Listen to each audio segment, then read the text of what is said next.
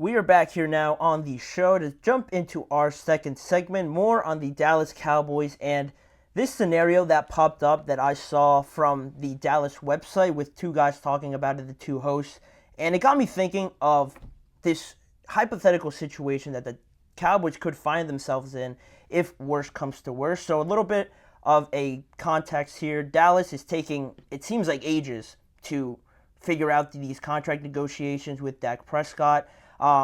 It random also that if you guys saw the social media post of Dak Prescott walking in a boot, most random thing ever because he's on break right now. And he said, according to some reports that I saw, that it is just typical protocol with his injury going back to 2020. He just does it almost as a precaution. But I saw another thing that he's dealing with a foot sprain now. So debating, reports coming out of it, it's just a crazy thing to see Dak in a boot. Definitely doesn't help his contract negotiations if the Dallas Cowboys see that, if he's in a boot and how that affects him going into the year. But regardless of that, Dak's going to cost a lot, probably, most likely if he signs a new deal. And now what could be done about that? If the Cowboys at the end of the day don't decide to re-sign him, don't decide to extend him, what could be an alternative? Well, they have one sitting right there on the bench in Trey Lance because they did use a fourth-round pick on him, and he still is just there as a glorified backup. And we haven't really seen too much of him since 2022 when he suffered that injury. So the trial is still out on him, really. There's really hardly a trial out on him because we haven't really seen him in the NFL other than a game and a half or 2 games, whatever it was, before he got injured with the 49ers. And now this was brought up on the Dallas Cowboys website site. Nick Eatman and Kurt Daniels were talking about it.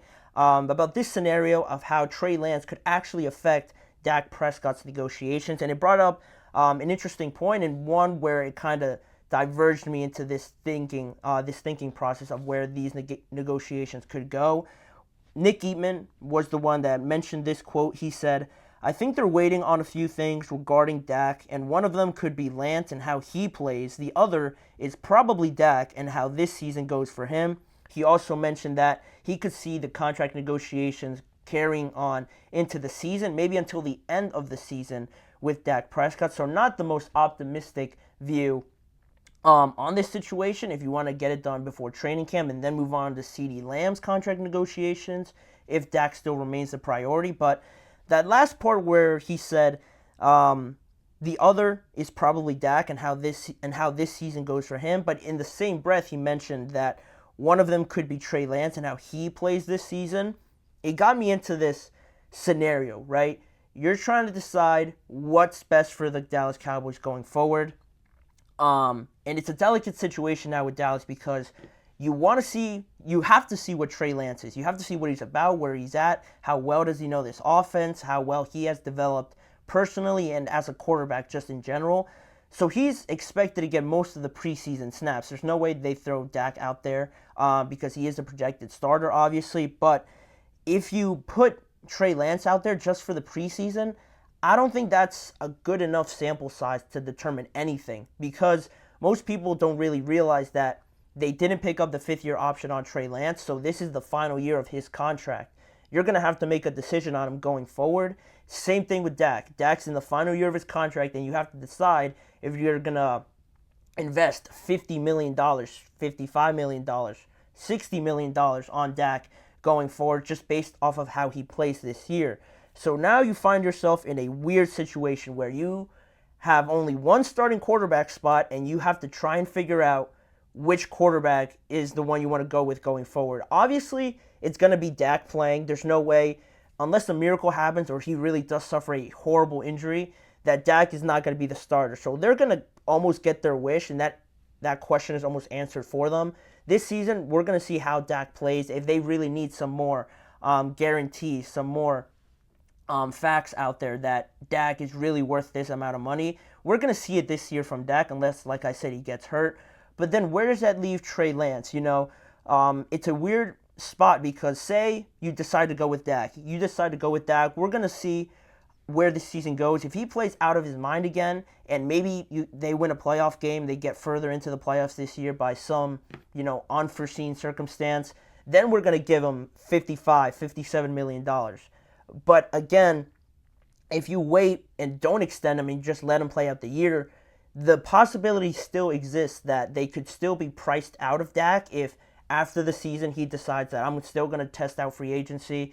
This contract's not good enough. I'm going to test out free agency. And then you waited all that time and you still didn't re-sign him.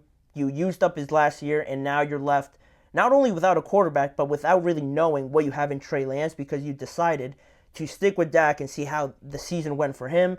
Now you're really lost on Trey. Are you going to extend Trey Lance based off of the fact that you almost have no other choice unless you go fishing in the free agent market or think that you're going to draft your next franchise quarterback in next year's draft?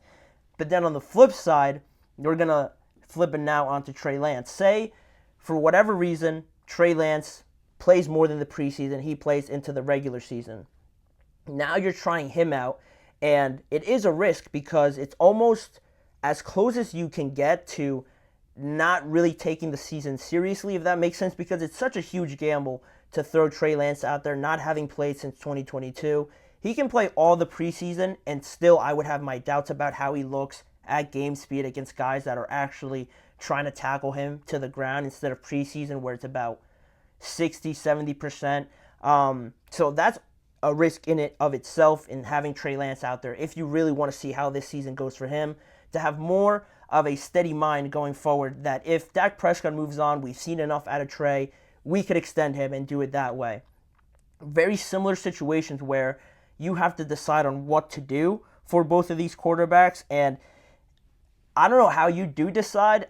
The obvious answer seems to be Dak, but it's not too obvious for me because of the fact that it just comes down to, is this team going to be that much better with Dak as their quarterback? Say Dak wants to stay. Say that Dak wants to be the long-term quarterback here. He says, forget free agency. I want to re-sign with the Cowboys. It comes down to, are the Cowboys still going to be an okay, mediocre team with Dak Prescott now getting paid $50 million? Is that a bigger risk than saying, all right, we're still going to be good. We're not going to be that much better with Dak. Let's just start Trey Lance going forward and start this rebuild officially. Which one is a bigger risk? Starting with Trey, siding with Trey Lance, or paying Dak $50 million and not being that much better anyway? I think that's a legitimate question because it's not so much about Dak and his ability. I just worry that this team right now where they stand with nobody knows where these contract negotiations are going with CeeDee Lamb. The offensive line is a little bit spotty. Outside of CeeDee, do you have that much confidence in Brandon Cooks and Jalen Tolbert to give you some more firepower? Ferguson's good. Jake Ferguson's decent, but we've only really seen that one breakout year from him. Then at running back, is that built up enough where you think you can complement the passing game so much with Ezekiel Elliott back there and the rest of them in a committee? Mike McCarthy's also on his last year, so does that affect anything on this season on how a new head coach comes in? And say the Cowboys pay Dak $50+ million and the new head coach, if they don't re-sign Mike McCarthy, doesn't really like Dak, and now you have a whole new problem on your hands. So I'm just spitballing here a little bit, but these are all genuine concerns that I have with paying Dak $50 million+ and not having this team be any better, because I think it's just the surrounding cast that needs to improve, not so much the quarterback. That's why if I were to make a decision which is the bigger risk, I would probably say Dak, because the Cowboys are already in a hole with their salary cap, and if you're going to invest so much money into Dak, I know it's the quarterback. I know people want to have a quarterback, a top 10 quarterback, to feel more secure, to give themselves at least of a chance. But it's going back to that same thing. Let's not be so zoned in on the quarterback and having him there, paying him so much money, and this team is not even that much better than when, say, we started Trey Lance. That's why I almost would rather start Trey Lance and, just wipe everything away.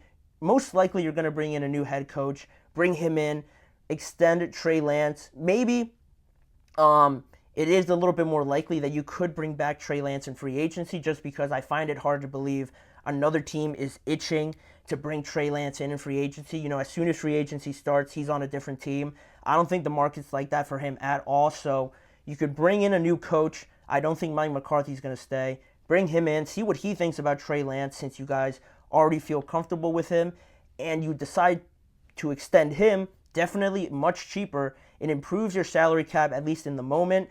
Dak, unfortunately, moves on. You're going to hate to see it, but you're just going to have to rip the bandage off. I think at this point, because if you wait on Dak, like Nick Eatman says, and it takes up the whole season, where does that leave CeeDee Lamb? Are you just going to push the contract negotiations back even further with him? He's going to hold out of training camp most likely, so if you just keep pushing it further and further and back, is he going to be there during the regular season? And then he's also in the last year of his contract, so if nothing gets done sooner rather than later, what's the situation going to be with him? Are you going to risk getting closer to free agency to try and re-sign him, or maybe have him hit the market? Hopefully not. Hopefully that's the last resort. But with Dak being the priority, it just pushes everything back here in the last minute, and it's not something that is an ideal situation by any means. It's a tough choice to make, but for me, I think I've seen enough of these gymnastics, jumping with Dak, let's pay him this amount of money, what does CeeDee Lamb get? I think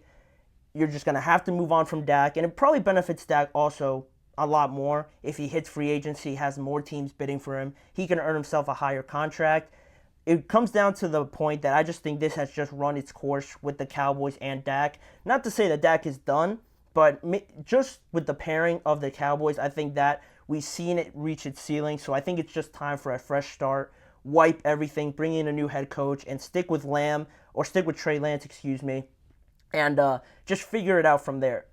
It's going to be tough because everybody is going to be on the Dallas Cowboys, and just, they're bad this year, why did they move on from Dak? And you're going to hear everything under the sun about them if they decide to go this way, but I think it is needed. It is a needed step to take with the Dallas Cowboys now, where they're not getting that much better with Dak, honestly, with this team. The surrounding cast, in my opinion, got worse, so is it worth spending all that money on him with Micah Parsons' extension coming up and also CeeDee Lamb?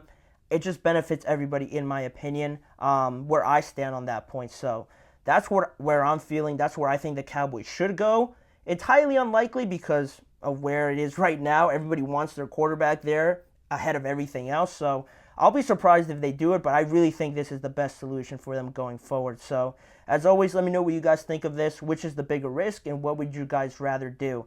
Keep Dak and pay him 50 plus, or risk it and start all over with Trey Lance? Leave your guys' thoughts in the comments section. And with that being said, we're going to move on with the rest of the show, but we're going to go into a quick break, and when we return, a look at the Atlanta Falcons and what their star wide receiver, Drake London, said that he expects out of this team, and what have they been really emphasizing throughout this offseason to get to the potential that everybody knows that they can get to in 2024. Stick around and find out what he said on the GSMC Chip Shot Football Podcast.